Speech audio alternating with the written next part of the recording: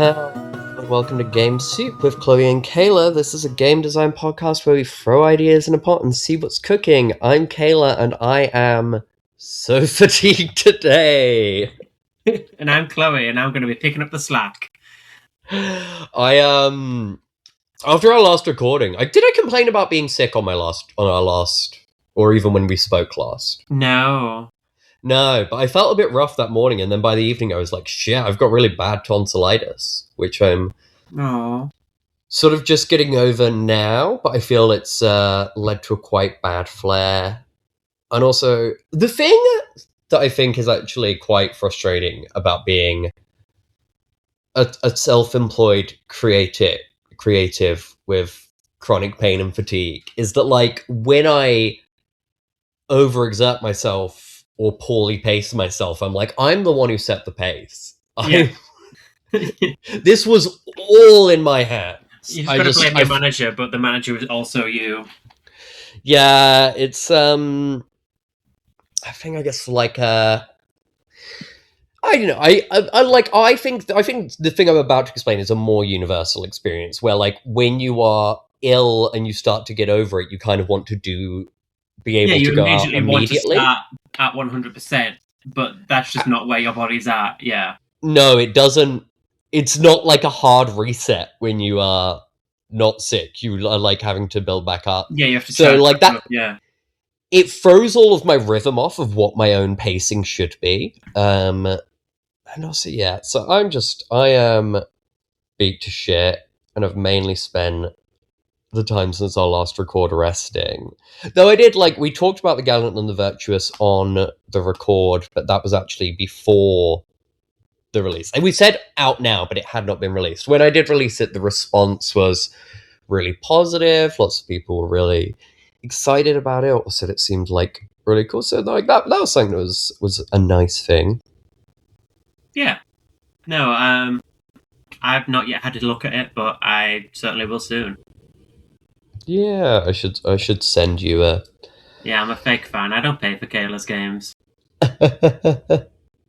Well, do you have anything? How's your time been, Chloe? Good. I've gotten a bit of a watch further into writing the Clerics game I've been doing on and off. Yeah. I'll be honest. Anything? I haven't written much for it this year, so like I was like, right, I'm gonna lock in. I'm gonna get something done on this, and like I've got progression, like at least a first draft for progression in there. It uses a lot of tracks similar to Yuzaba's, in that like each character has their own specific track, and like you choose them at character generation rather than like, yes, I'm the deacon and I have XYZ track. No, it's like I'm this type of cleric and I have this history, and each of those clauses has its own track that goes with it. And it's nice. Like, it's about you tracking how you're role playing rather than whenever I heal a sick person. I don't know.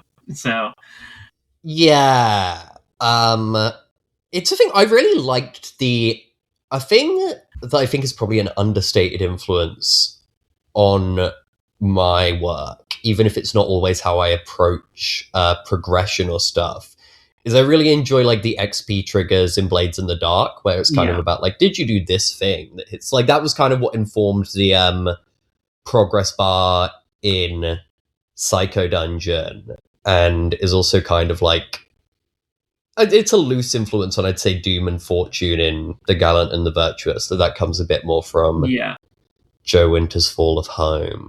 But like, yeah, I like stuff where it's like, you know, your progression is very linked to the choices you make in role playing, and I like when it can also be like, ooh, expenses like progression is maybe involves doing things that you don't like for your character. Yeah, it's like, oh, I'm secretly a cleric of a different, you know, god or whatever, infiltrating this church, and so you have two tracks for like tracking. Am I preaching this church's word or the other god's word or whatever? And it's like, oh, conflict in myself. Am I trying to actually help these people or progress whatever Machiavellian schemes I've got going on? Nice. Yeah, I remember. So I think I saw a post from you about it, like about a game I figured was Clerics, where you're Yeah, saying you're trying to get it to its sort of minimum minimum viable. viable product. What do you see? What do you see the outstanding stuff for that Um, being? well, Alyssa had a wee look at it properly for the first time in ages, and she gave me a bunch of suggestions. So I've started doing tracks for the entire community rather than just like the individual players. It's sort of like an ongoing progression thing, and like you have to keep up with things. It's like more pressures on the game. I need to reorder the big list of things of characters that you can roll because like I want the higher up ones to be more out there results. Like you don't want to roll early, get a dragon in your community or something. You know what I mean? um, Maybe you could do something now with like a roll plus yeah. So what I've done certain is, track progressions, and then mhm. it's a thing of like it you can't roll the high numbers Yeah. based So on what whatever I'm dice doing you're it using is before you have. the way I'm doing it is you start rolling a d4, and so your first results are like a farmer, the mayor, whatever. And then after a few rolls, you up into a 6, and then a d8, and then a 10, and whatever. So you Nice. build up your community, and you have like a bunch of like mundane people in there. But then as you get further in, you introduce like the wizard and a wandering elf or whatever. Like it gets a bit weirder. Mm. Do you have something in mind as what you see like the end state of a game of clerics I think like for the product itself or for like playing it. for playing it? Like, Yeah, I mean, we've been fiddling with a system for it's like a yearly it our idea for like a first session is you are doing like a village fete or like a fair or something. And so I certainly think it could end on like the next year's fate or however many years into mm. the future's fates. But there's also like fail states for like if the community loses faith in you or your temple falls to ruin or whatever. I like how it sort of has like like this almost like base community building element, Yeah. It's but like in a I way that like reflects your role in that place rather than just being a like X money translates to blah blah blah. yeah, it's like you actually have to in your role play help the community people to like make them want to support your church. And it's like To if you help the spend too community, you have to help the community. whoa. But it's also like you can spend time just working on the physical upkeep of the temple, like putting new slates on the roof or whatever. But then you're not helping the community. So it's like, where's the balance in that? Yeah. How far off do you think you are from this MVP state? I think if I were to lock in and do this solidly, I could have like a zined version of it in a month. But I think that this could be like a next big like funding game. So like I don't know if it's like a hardback book or anything, but it certainly could be like full color covers and stuff. In case you're sort of imagining it getting to the MVP state isn't when you're finished with the game. You were probably going to get it to its Yeah, I mean minimal most viable is satisfying when I'll form. start like doing playtests and stuff. Yeah. I'm not. I probably won't put an Ashcan out apart from like on Patreons and stuff. But yeah, I'll probably put a Ashcan up on the Game Soup Patreon. To be fair, talked about it enough on here. Um, yeah, no, have I'm you pretty happy with it. have you ever got into like trying to audio dictate writing? No, God. Um, I mean, like I get the use for it for like accessibility and whatever, but I've just never, I never really experimented with it. I'll be honest, but Yeah, me neither. To be honest, that was me thinking because like you're a driver. yeah, I guess I could be doing it when when I'm doing that. But like when I did subtitling as a job, a lot of it was repeating what the people on the screen were saying, and then the auto dictating software would write it all out, but then you'd have to go back through it and correct everything anyway. So yeah, no, I have also, to be honest, never really done auto dictating, and I have no idea how like I don't know. I assume it must now be at a point where it's good enough that like that it is a way yeah, many people engage with. I mean, I think just the internet at large, but also writing. So, but yeah, it would be an entirely different process or whatever. I guess it just came to mind thinking about cars. yeah. I've certainly printed out lots of blank receipts at work and written notes on them that I want to write down in proper when I get home. But Fuck, you should, yeah, for your Kickstarter, £100 here where you get like all of those notes stapled into your copy of the book.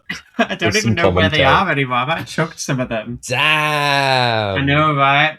Where's the archivist in me? Why do I not? That's actually a fun thing. What would be do you have an idea of what could be a bullshit random high tier for clerics that would be easy to do? I'm kind of getting sick of doing bullshit little merch, but I could. That's why like maybe like an exclusive one-off thing. Yeah, like we buy you a dog collar to wear when you're playing it or something. Like not like a horny thing, like a little priest collar. That's what they call dog collars. I at first was very confused. I was like, wait, no, that's what that means. Yeah. Yeah.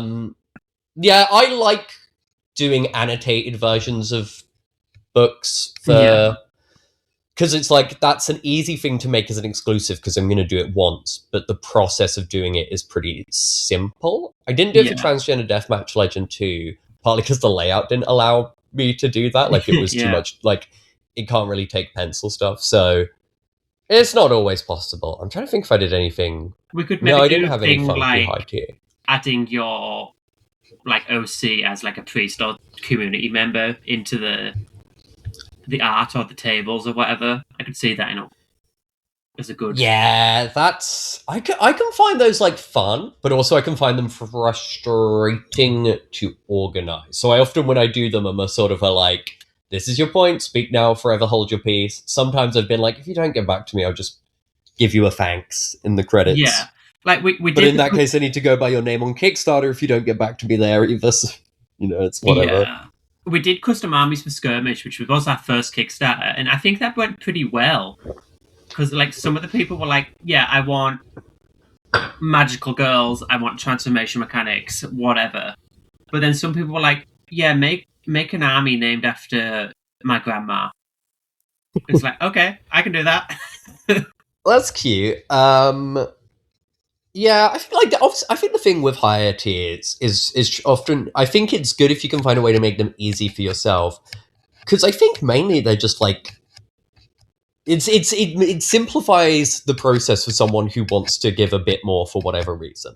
Like I don't think in the real world I could charge £5 to sign a book. The fact that I add a £5 mark to the add-ons or whatever, to a signed copy add-on is purely so people who are like, I'd like to give a bit extra do that. No one's actually thinking that's value for money, but it's very easy for me to sign a bunch of. So I can splash the pot. Yeah. I had an idea related to not even really an idea, but I guess something to think about in a game. Have you ever heard of the film Funeral Parade of Roses? No, I haven't. It is a Japanese sort of experimental film from, I want to say 1969? Maybe 59. It's 69 sounds more right.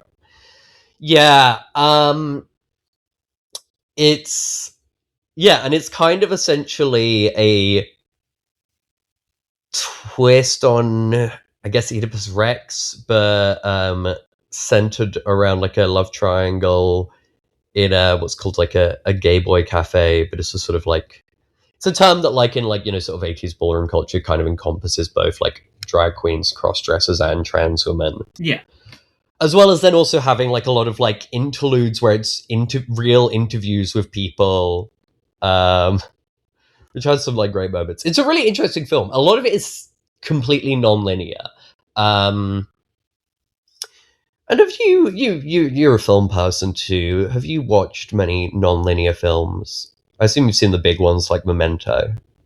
I bought a copy of Memento several years ago, and I've still not got around to watching it. And I cannot think of any non-linear films. Have you seen The Prestige? A lot of Nolan's are, so. No, I like Uh, Inception. That's not non-linear though. no, Inception is the most linear I got film a of the copy of of. Tenet that I still not watched. I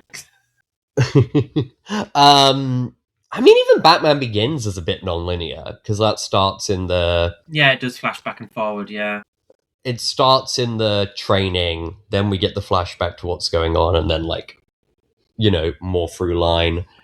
Um, I'm thinking like the only example I can think of in like RPGs is like, is it Blades where you can like flash back to the planning?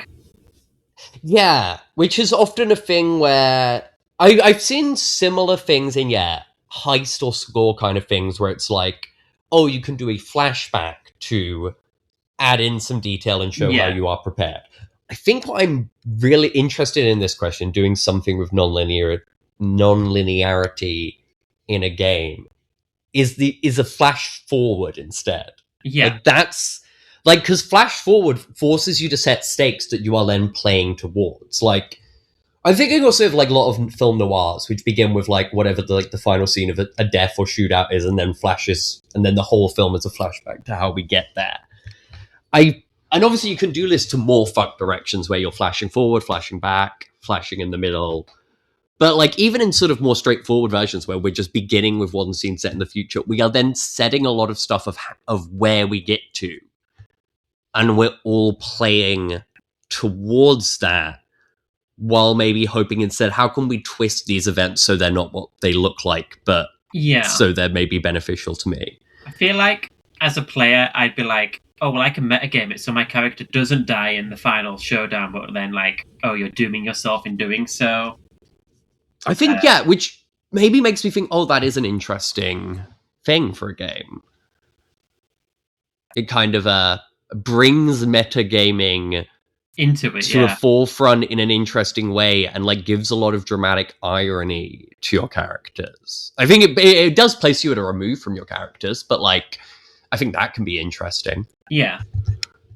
Um, It's like if if each character had like a power to do a premonition and say, oh, in the next scene you'll have a cut on your face, but you don't say how you got it, and then circumstances will push themselves so you get a cut on your face or something. yeah, I don't think I genuinely. I'm like, I don't think you should get premonitions or stuff. I don't think like the characters should be flashing forward. Yeah. It should be that like you as a table are flashing forward to other parts in the narrative. And then you all play that rather than saying, oh, this will happen. It's no, you're suddenly in a different scene. You play out that scene and then go back and, okay, how did we get to the lead up to that? Yeah. I think this would have to be a one-shot game, Yeah, obviously. And obviously, I think it's fun if it involves murder. Yeah, you know, I think like one of the player characters is murdered in the first scene, and then we flash back. Yeah. So it's made, which for some reason is giving me like film noirs one, like or those kind of crime thrillers one thing, but it's kind of I'm also getting, even though I'm not sure if they've done much non-linear stuff, I'm getting a sort of like Screwball Cohen's crime caper vibe of like you're maybe characters who are at odds, but maybe the at odds you start from is different than what the situation looks like at the end. Or you could be fucking like Lynchian with this if you wanted. Instead, if you wanted to not play it as like as comedic, you could be much more sort of like overtly just like fucking weird and upsetting. Yeah. I wonder if there's maybe something like mechanic to this. It would be like if you are maybe you do maybe you use tarot with it, and like the major arcana correspond to the kind of flash forward scenes you can get. Yeah, I can see that. Maybe like whenever you try to avert your fate, you reveal something, and then a different scene plays out. I think like depending on what you draw, you flash back to different scenes. Yeah. Yeah. Like, I think a card draw rather than a roll table is much Yeah. more interesting in this case. Couldn't entirely explain. Oh, no, I It's think... just Tavo's about premonitions and stuff like that, so...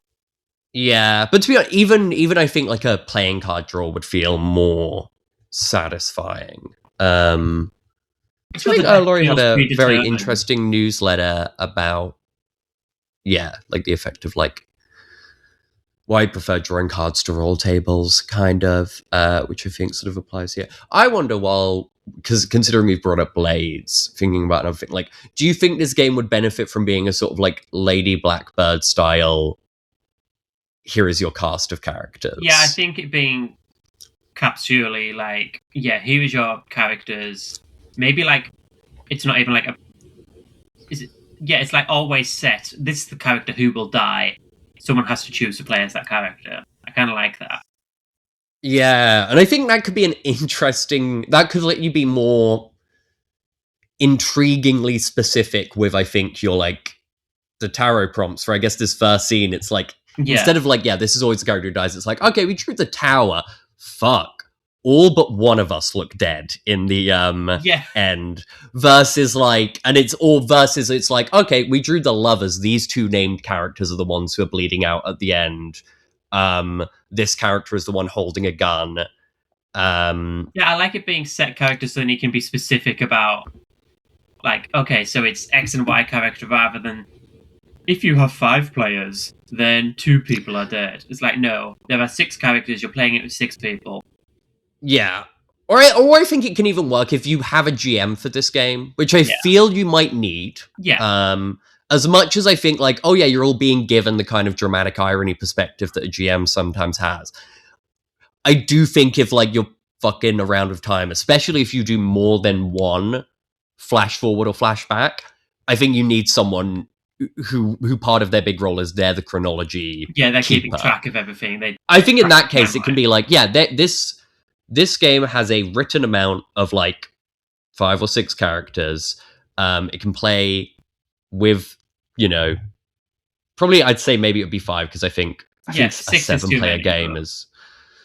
Actually, it depends. But, like, 6 plus GM, and depending on how many that could get quite confusing. And then that's why I'm wondering, maybe... Nobody's got that much room around a table. That can also be true. But, and saying, like, oh yeah, Warrior can play as little as 3, and 2 people pick their players, and then the GM is responsible for the rest, using other things. And you can even do stuff like, hey, if you're doing a 2-player game, we'd suggest just picking these cards as your whatever. There could be something fun here. I think we've jabbed around an execution without actually having an idea for what this game is. I think it's a murder mystery. You're trying to work out who the killer is by going. Yeah, discovering clues post the murder.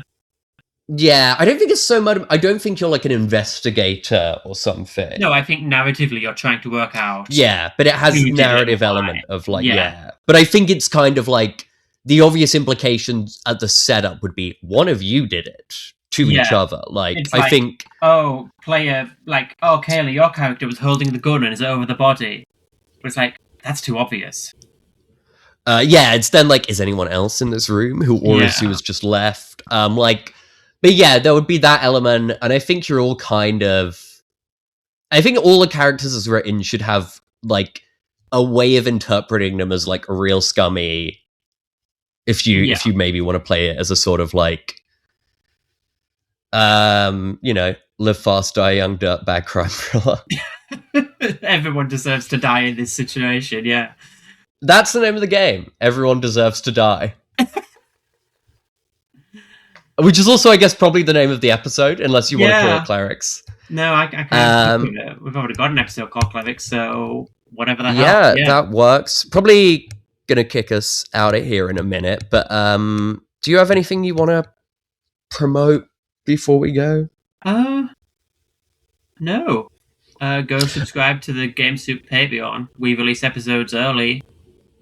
Yeah, this one will be coming out quite early compared to its actual release date. Yeah, last week it was 10 minutes early, to be clear, but like usually it's a few days.